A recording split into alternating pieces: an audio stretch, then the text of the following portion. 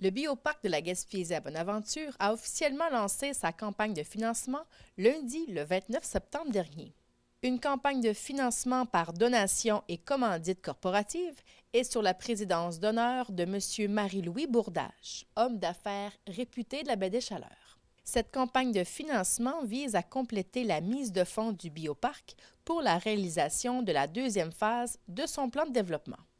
L'objectif de cette campagne est d'amasser 500 000 en dons et en commandites corporatives, tant au niveau local, régional que national. Madame Marie-Josée Bernard, directrice générale du Bioparc, précise que le comité de campagne s'est donné jusqu'en 2015 pour atteindre son objectif. Oui, on a bon espoir. Il y a beaucoup d'entreprises qui ont des programmes de commandite, c'est-à-dire qui redonnent à la communauté par différents moyens. Et donc, ça se fait aussi ailleurs. En fait, on va agir à 3 niveaux, au niveau local, régional et national. Et c'est pas une campagne de porte-à-porte qu'on fait, c'est vraiment au niveau corporatif, au niveau des entreprises qui vont être ciblées et qui vont être approchées en échange de visibilité. Évidemment, on sollicite, mais on a quelque chose en échange pour ça. Cette somme viendra compléter le financement du plan de développement du Bioparc, dont les premiers travaux sont prévus d'ici quelques semaines.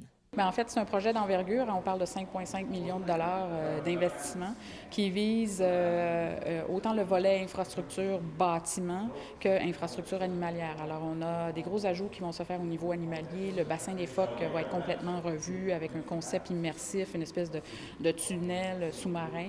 Il y a des nouvelles espèces qui vont être implantées, le castor, le lynx roux, le pécan.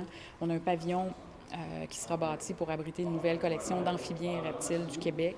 Donc, des excursions nautiques dans le Barachois de la rivière Bonaventure aussi qui seront offerts. Et tout le volet bâtiment, aire d'accueil, boutique, restaurant qui doivent être réaménagés. Donc, c'est tous ces éléments-là qui font partie du projet. Vous n'attendez pas après ce 500 000-là au complet avant de commencer votre phase 2 de rénovation et d'agrandissement? Non, on n'attend pas, mais c'est un devoir qu'on a. On s'est engagé à le faire envers nos partenaires financiers. On doit le faire, c'est la mise de fonds du Bioparc. Mais heureusement, les partenaires financiers, justement, nous ont autorisé à débuter le projet tout en travaillant la campagne de financement en parallèle, ce qui nous permet d'avancer et de ne pas retarder encore la mise en place du projet. Et tout ça dans le but de devenir autonome financièrement. Vous êtes rendu à 75 d'autonomie. Ça va quand même bien. Vous avez une hausse aussi d'achalandage à chaque année. Oui, la situation va bien quand même au Bioparc. On a énormément progressé depuis la mise en place de la phase 1 du plan de développement, la phase 1, je le rappelle, qui s'est mise en place là, de fin 2008 à fin 2010. On a mis en place à ce moment-là l'insectarium, la petite ferme, des nouveaux habitats sur le site, les chalets sur la pointe Beaubassin. Donc tout ça nous a permis de progresser en termes d'achalandage et en termes de revenus. Donc ce qui nous a permis d'atteindre un taux d'autofinancement de 75 qui est somme toute très bon si on se compare à d'autres institutions ailleurs au Québec.